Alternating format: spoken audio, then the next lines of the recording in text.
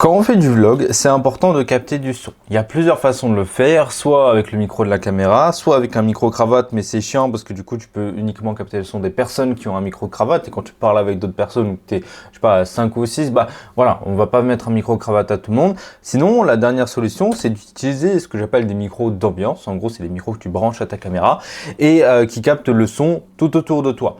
Ça peut être pratique comme hyper chiant parce que ça peut capter des sons que tu n'avais pas prévu et tout. Il y a des câbles jack qui traînent de partout et donc c'est pas pratique. Sauf si tu utilises le Sony ECM M1, c'est un micro qui est censé être pour le vlog, que tu as juste à brancher sur la griffe de ton boîtier et qui est connecté automatiquement avec un niveau audio automatique, tu n'as plus rien à faire. Et 8 du coup modes de captation de son, c'est-à-dire de direction, uniquement devant, derrière séparé gauche et droite, sur les côtés, plus large, bref. On peut tout faire avec, et dans cette vidéo, on va parler de est-ce que c'est vraiment utile ou trop gadget pour du vlog. Quand on fait du vlog, c'est devenu un nouveau truc arrivé sur YouTube et tout. Il faut que ce soit pour moi naturel. Il ne faut pas que ce soit des mises en scène et tout.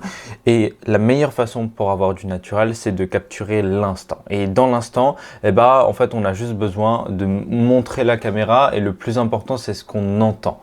Si on a un mauvais son, la vidéo elle est mauvaise, ça c'est sûr et certain, c'est dommage.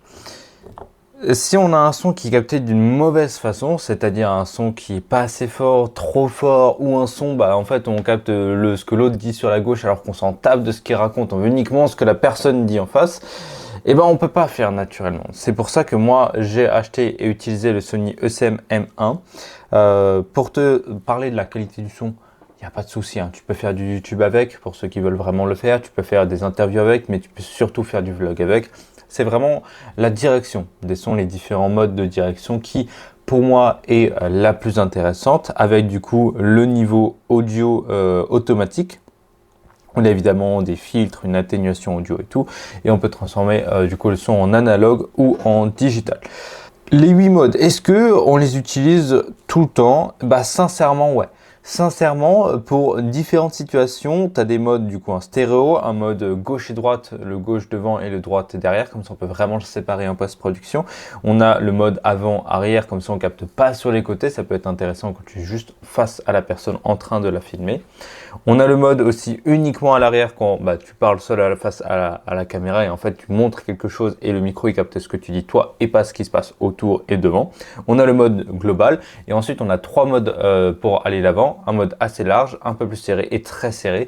Et je te jure qu'en fait, là, comment le son est capté est complètement différent à chaque fois et c'est trop bien. Ça permet vraiment de diriger du coup le son. Ça pour moi c'est une vraie force parce que du coup ça te permet de personnaliser et d'avoir le meilleur son possible pour tes vlogs. Alors évidemment c'est quelque chose qu'il faut anticiper, mais du coup quand tu sais que tu vas parler à la caméra et que tu veux en même temps montrer ce que tu vois, ça c'est hyper intéressant à voir. Si tu es entouré, tu as beaucoup de bruit autour de toi, tu vas pouvoir supprimer ce bruit là parce que tu prends uniquement un son qui est dirigé vers l'arrière, donc vers toi. Pour ceux qui se demandent est-ce que la bonnette est vraiment utile, oui, ça enlève quand même pas mal de vent, ça enlève aussi les gros, tu sais, quand tu souffles à mort sur du coup le micro, vu que tu es juste devant la caméra, ça atténue quand même pas mal du tout.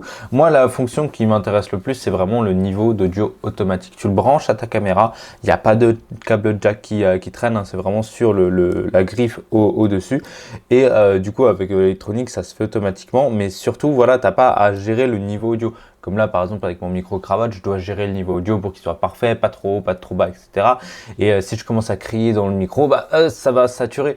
Alors qu'avec ce micro-là, il n'y a pas de souci, ça va adapter à chaque fois le niveau sonore et du coup, on aura toujours un niveau sonore parfait. J'ai jamais eu de problème par rapport à ça. Alors évidemment, ça a un coût. En ce moment, il est à 309,90 € sur Amazon. Le lien, il est dans la description si tu veux l'acheter. C'est vraiment la plateforme simplement la moins chère pour l'obtenir. Sinon, il est généralement vers 390 €, un truc comme ça.